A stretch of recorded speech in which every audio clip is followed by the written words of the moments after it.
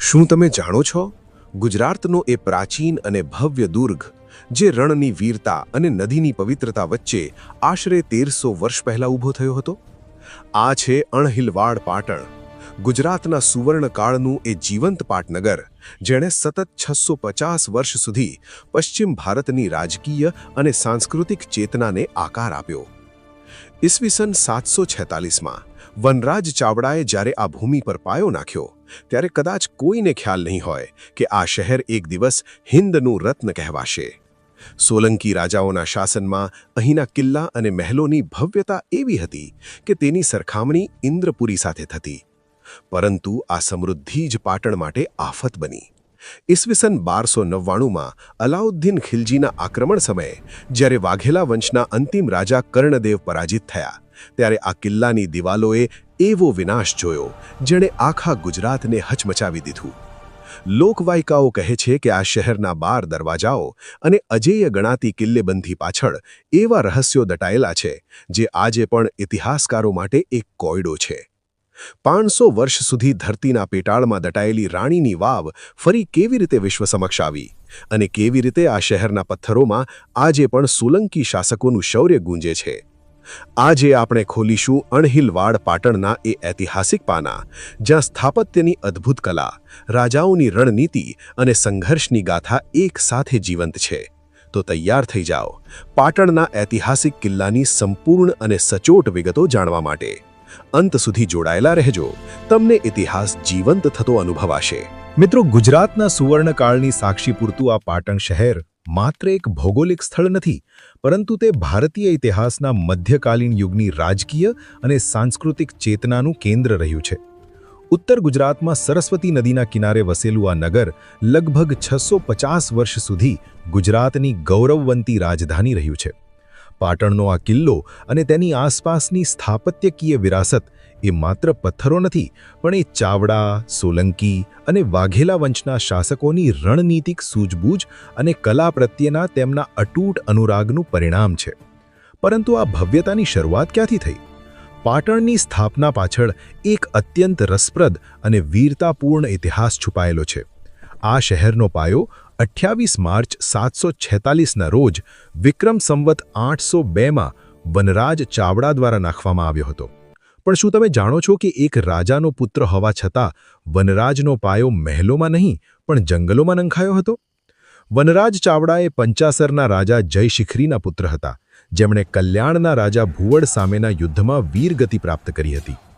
પિતાનું રાજ્ય છીનવાઈ ગયું હતું અને વનરાજનો ઉછેર તેમના મામા સૂરપાળ અને માતા રૂપસુંદરીએ વનવગડામાં રહીને કર્યો હતો.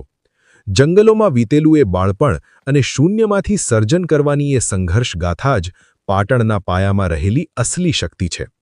વનરાજ ચાવડાની આ સંઘર્ષ યાત્રામાં તેમને ડગલેને પગલે સાથ આપ્યો હતો તેમના બાળપણના મિત્ર અને અત્યંત વફાદાર સહાયક અણહિલ ભરવાડે. અને એટલે જ જ્યારે 28 માર્ચ 746ના રોજ વનરાજે પોતાનું ખોવાયેલું રાજ્ય પાછું મેળવીને આ નવા શહેરનો પાયો નાખ્યો, ત્યારે તેમણે પોતાના એ પરમ મિત્રની યાદને અમર કરવા માટે આ નગરનું નામ રાખ્યું અણહિલપુર પાટણ અથવા અણહિલવાડ પાટણ. પરંતુ આ ચોક્કસ જગ્યા જ કેમ પસંદ કરવામાં આવી?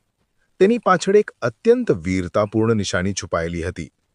લોકવાયકા મુજબ અણહિલ ભરવાડે વનરાજને આ એ જ ભૂમિ બતાવી હતી જ્યાં એક સસલાએ શિકારી કૂતરાનો શિકાર કર્યો હતો.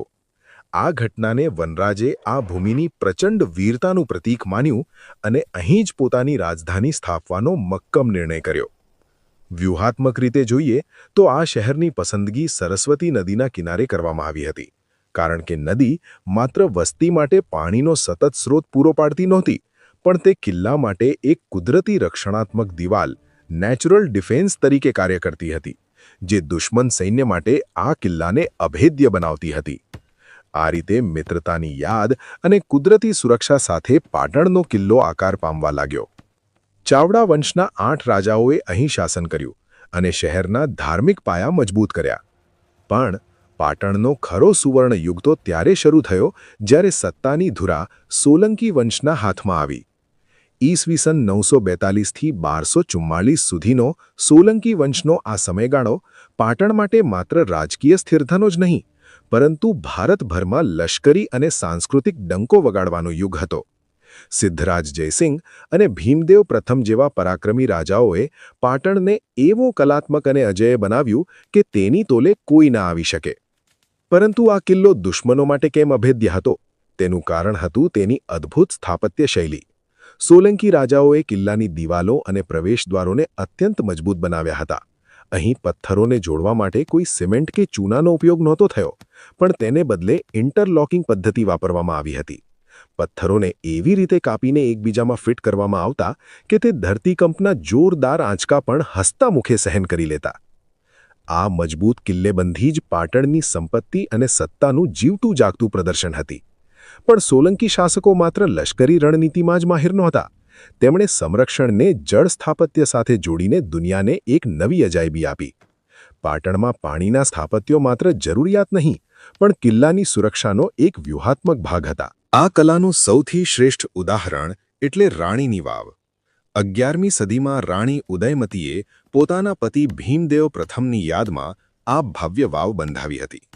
જમીનથી 7 માળ ઊંડી આ વાવને ઉલટા મંદિર, ઇન્વર્ટેડ ટેમ્પલ તરીકે ઓળખવામાં આવે છે. સ્થાપત્યની આ એવી બેજોડ મિસાલ છે કે વર્ષ 2014માં તેને યુનેસ્કો વર્લ્ડ હેરિટેજ સાઇટનો દરજ્જો મળ્યો. પરંતુ મિત્રો, પાટણના જળ સ્થાપત્યના પથ્થરો માત્ર કલાની વાતો નથી કરતા. એ સાક્ષી છે એક ભયાનક શ્રાપ અને એક અપ્રતિમ બલિદાનની. આ ગાથા છે સતી જસ્મા ઓડણ અને મહાન વીર મેઘમાયાની. પાટણ નરેશ સિદ્ધરાજ જયસિંહ જ્યારે પોતાના બાપ-દાદાના સમયની રોનક બદલવા મથતા હતા, ત્યારે તેમણે એક ભવ્ય સરોવરનું સપનું જોયું. પૂર્વે દુર્લભ રાજાએ બંધાવેલું તળાવ હંમેશા કોરું ધાકર રહેતું. આ તળાવને ફરી જીવંત કરવા તેમણે માલદેવ, બનાસકાંઠા અને રાજસ્થાનથી હજારો મજૂરો તેડાવ્યા. આ શ્રમિકોમાં એક તેજસ્વી અને સ્વરૂપવાન સ્ત્રી હતી, જસ્મા ઓડણ. રાજા સિદ્ધરાજ જસ્મા ઓડણના રૂપ પર મોહી પડ્યા. તેમણે જસ્મા ઓડણને પાટણની પટરાણી બનવા અનેક પ્રલોભનો આપ્યા, પણ ધર્મપરાયણ જસ્માએ મહારાજાની ઓફર ઠોકરાવી દીધી. પોતાના પતિને સમર્પિત જસ્મા જ્યારે પાટણ છોડીને જવા નીકળ્યા, ત્યારે રસ્તામાં જ રાજાના સૈનિકોએ તેમના પતિની હત્યા કરી નાખી. વિધવા જસ્માને જ્યારે રાજા સમક્ષ લાવવામાં આવ્યા, ત્યારે તેમણે પાટણના એ રાજવીના અહંકારને ચકનાચૂર કરી નાખ્યો. જસ્માએ પોતાની જ કટારી પોતાના પેટમાં ઉતારી દીધી અને મરતા પહેલા એક ભયાનક શ્રાપ આપ્યો. જા રાજવી, આ પાટણની ધરતી પર તારા આ સરોવરમાં ક્યારેય પાણી નહીં ટકે. તારી પ્રજા પાણીના એક એક ટીપા માટે તરફડશે. સિદ્ધરાજ જયસિંહને એક સતીના એ શ્રાપની અસર એવી થઈ કે સિદ્ધરાજે 1000 શિવલિંગોવાળું ભવ્ય સહસ્ત્રલિંગ તળાવ બનાવ્યું હોવા છતાં તેમાં પાણીનું એક ટીપું પણ ન રોકાયું. પાટણ પાણી વગર સૂનું પડવા લાગ્યું. જ્યોતિષીઓ અને શાસ્ત્રોએ એક જ ઉપાય બતાવ્યો. જો કોઈ 32 લક્ષણો નર આ યજ્ઞકુંડમાં પોતાનું બલિદાન આપે તો જ આ શ્રાપ મીટે. આખા રાજ્યમાં 7 દિવસ સુધી ઢંઢેરો પીટાયો, પણ કોઈ પોતાનો જીવ આપવા તૈયાર ન થયો. ત્યારે ધોળકાની ધરતી પરથી એક વીર પુત્ર ઊભો થયો, વીર મેઘમાયો. વણકર જ્ઞાતિનો આ વીરલો પાટણની તરસ છિપાવવા મસ્તક આપવા તૈયાર થયો. પણ બલિદાન આપતા પહેલા તેમણે રાજા પાસે એક એવી માંગણી કરી જેણે ઇતિહાસ બદલી નાખ્યો. તેમણે કહ્યું, મહારાજ, મારા સમાજ પરથી અસ્પૃશ્યતાનું કલંક દૂર કરો. અમને માનવીય ગૌરવ સાથે જીવવાનો અધિકાર આપો. સિદ્ધરાજે એ વચન આપ્યું અને આમ વીર મેઘમાયા દલિત સમાજને સમાનતા અપાવનાર પ્રથમ મહામાનવ બન્યા. વિક્રમ સંવત 1172 મહાસુદ સાતમના એ શુક્રવારે જ્યારે હજારોની મેદની વચ્ચે વીર મેઘમાયાએ સહસ્ત્રલિંગ તળાવમાં પોતાનો પહેલો પગ મૂક્યો, ત્યારે જ આકાશમાંથી અમી છાંટણા થયા અને પાતાળમાંથી જળધારાઓ ફૂટી નીકળી. પાટણને પાણી મળ્યું, પણ એ પાણી વીર મેઘમાયાના રક્ત અને બલિદાનથી પવિત્ર થયું હતું. આજે પણ પાટણનું એ તળાવ ચીસો પાડીને કહે છે કે આ શહેરના પાયામાં એક સતીની આહ અને એક શૂરવીરનું બલિદાન દટાયેલું છે. લાખો સલામ છે સતી જસ્મા ઓડણ અને વીર મેઘમાયાને. પણ અફસોસ, જે શહેર માટે આટલા બલિદાનો અપાયા એ જ પાટણની સમૃદ્ધિ આક્રમણખોરોની આંખમાં ખટકવા લાગી હતી. ઈસવીસન 1299 પાટણના ઇતિહાસની એક કાળી રાત. જ્યારે દિલ્હીના સુલતાન અલાઉદ્દીન ખિલજીની નજર ગુજરાતના આ રત્ન પર પડી. ખિલજીના ક્રૂર સેનાપતિઓ ઉલુગ ખાન અને નુસરત ખાને એક પ્રચંડ સૈન્ય સાથે પાટણ પર આક્રમણ કર્યું. એ સમયે ગુજરાતની ગાદી પર વાઘેલા વંશના અંતિમ રાજા કરણદેવ, જે ઇતિહાસમાં કરણ ઘેલા તરીકે ઓળખાયા, તેમનું શાસન હતું. પરંતુ અફસોસ, આ ભીષણ યુદ્ધમાં કર્ણદેવ પરાજિત થયા અને તેની સાથે જ પાટણ પર દિલ્હી સલ્તનતનો કબજો થઈ ગયો. આ આક્રમણ માત્ર સત્તાપલટો નહોતો, પણ પાટણની ભવ્યતા પર થયેલો સૌથી મોટો ઘા હતો. આક્રમણખોરોએ પ્રાચીન હિન્દુ અને જૈન મંદિરોને નેસ્તે નાબૂદ કર્યા અને કિલ્લાની મજબૂત દિવાલોને ભારે નુકસાન પહોંચાડ્યું. ઇતિહાસકારો તો ત્યાં સુધી નોંધે છે કે પ્રાચીન અદીના મસ્જિદના નિર્માણમાં પાટણના જ નાશ પામેલા મંદિરોના આશરે 1050 સ્તંભોનો ઉપયોગ કરવામાં આવ્યો હતો. ઈસવીસન 1304ના એ બીજા ભીષણ આક્રમણ પછી વાઘેલા વંશનો સૂર્ય હંમેશા માટે અસ્ત પામ્યો. પ્રાચીન અણહેલવાડની ગલીઓ, જે એક સમયે વેદ મંત્રો અને પટોળાના વણાટથી ગૂંજતી હતી, તે હવે ખંડેરોમાં ફેરવાઈ ગઈ હતી. પણ પાટણની ફિતરતમાં હાર માનવાનું નહોતું. 14મી સદીમાં પાટણના ઇતિહાસમાં એક નવો વળાંક આવ્યો. જ્યારે ગુજરાત પર મુસ્લિમ શાસકોની સત્તા સ્થપાઈ, ત્યારે તેમણે પ્રાચીન અણહેલવાડના ખંડેરોની બિલકુલ નજીક એક નવું કિલ્લેબંધી ધરાવતું શહેર વસાવ્યું. આ નવું પાટણ 1411 સુધી ગુજરાતની રાજધાની તરીકે ધબકતું રહ્યું, જ્યાં સુધી સુલતાન અહેમદ શાહે રાજધાની અમદાવાદ ખસેડી ન હતી. પરંતુ આ નવા શહેરની સુરક્ષા માટે સુલતાનોએ જે રણનીતિ અપનાવી, તે આજે પણ પાટણની ઓળખ છે. તેમણે શહેરની ચારે તરફ મજબૂત દિવાલો અને 12 ભવ્ય દરવાજાઓનું નિર્માણ કર્યું. આ 12 દરવાજા માત્ર પ્રવેશદ્વાર નહોતા, પણ યુદ્ધના સમયે રક્ષણ આપતા અભેદ્ય કવચ હતા. આજે પણ જ્યારે તમે પાટણની ગલીઓમાં ફરો, ત્યારે તમને આ ઇતિહાસના સાક્ષી એવા દરવાજાઓ જોવા મળે, જેમાં છીણિયા દરવાજો સૌથી ખાસ છે, કારણ કે તેની મજબૂતીને ધ્યાનમાં રાખીને 1989માં તેને રાજ્ય સંરક્ષિત સ્મારક જાહેર કરવામાં આવ્યો હતો.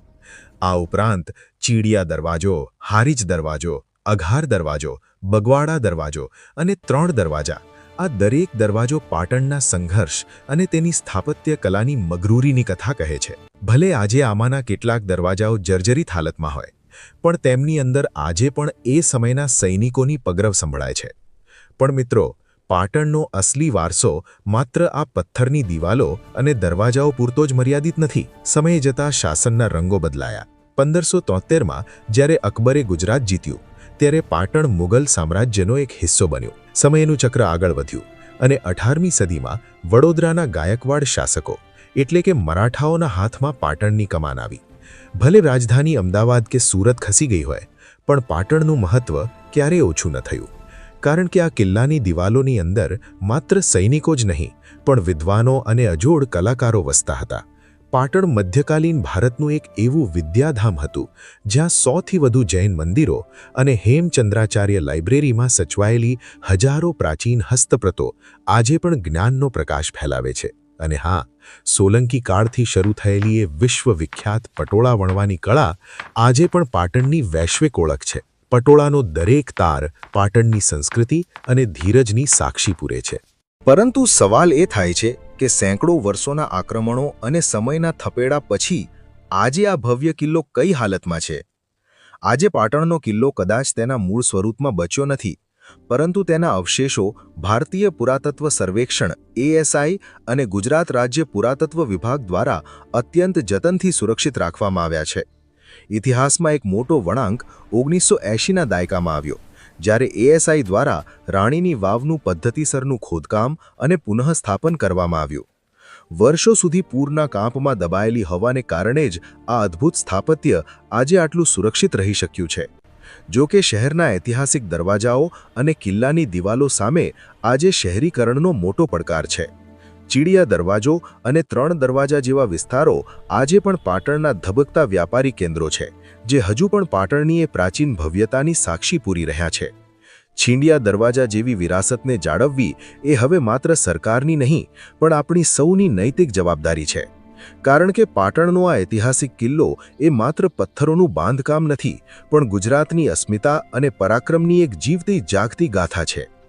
વનરાજ ચાવડાના વનવાસના સંઘર્ષથી શરૂ થયેલી આ યાત્રા સોલંકીઓના સુવર્ણકાળ અને વીર મેઘમાયા અને જસમા ઉડણના પવિત્ર બલિદાન સુધી પહોંચીને આજે પણ આપણને પ્રેરણા આપે છે. સરસ્વતી નદીના કિનારે આજે પણ આ પ્રાચીન નગર પોતાની ભવ્યતાની વાતો પવનમાં ગૂંજતી રાખી રહ્યું છે. પટોળાના વણાટમાં હોય કે રાણીની વાવના શિલ્પોમાં પાટણનો આત્મા આજે પણ અમર છે. મિત્રો, ઇતિહાસના આ પાનાઓ આપણને ઘણું શીખવી જાય છે. જો તમને પાટણના આ ભવ્ય કિલ્લાની ગાથા ગમી હોય તો આ વિડીયોને લાઇક જરૂર કરજો. ગુજરાતના આ ગૌરવવંતા ઇતિહાસને તમારા મિત્રો અને પરિવાર સાથે શેર કરજો, જેથી દરેક ગુજરાતી જાણી શકે કે આપણો વારસો કેટલો મહાન છે. અને હા, જો તમે આવા જ ઐતિહાસિક અને રસપ્રદ વિડીયો જોવા માંગતા હોવ તો આપણી ચેનલને સબસ્ક્રાઇબ કરવાનું ભૂલતા નહીં અને બેલ આઇકન જરૂર દબાવજો. ફરી મળીશું ઇતિહાસના કોઈ નવા પ્રકરણ સાથે. ત્યાં સુધી જય જય ગરવી ગુજરાત.